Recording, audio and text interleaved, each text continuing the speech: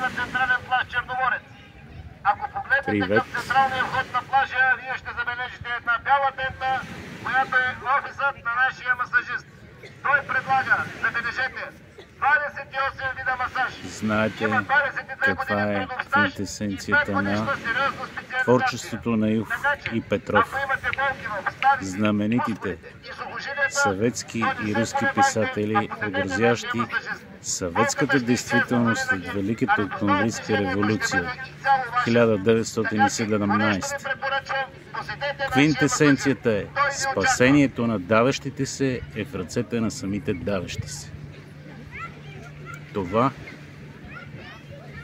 е мотото, афоризма на целия ни преход, който вече гони и продължава 40 години, толкова колкото е скиталчеството на богоизбрания народ според петокнижието.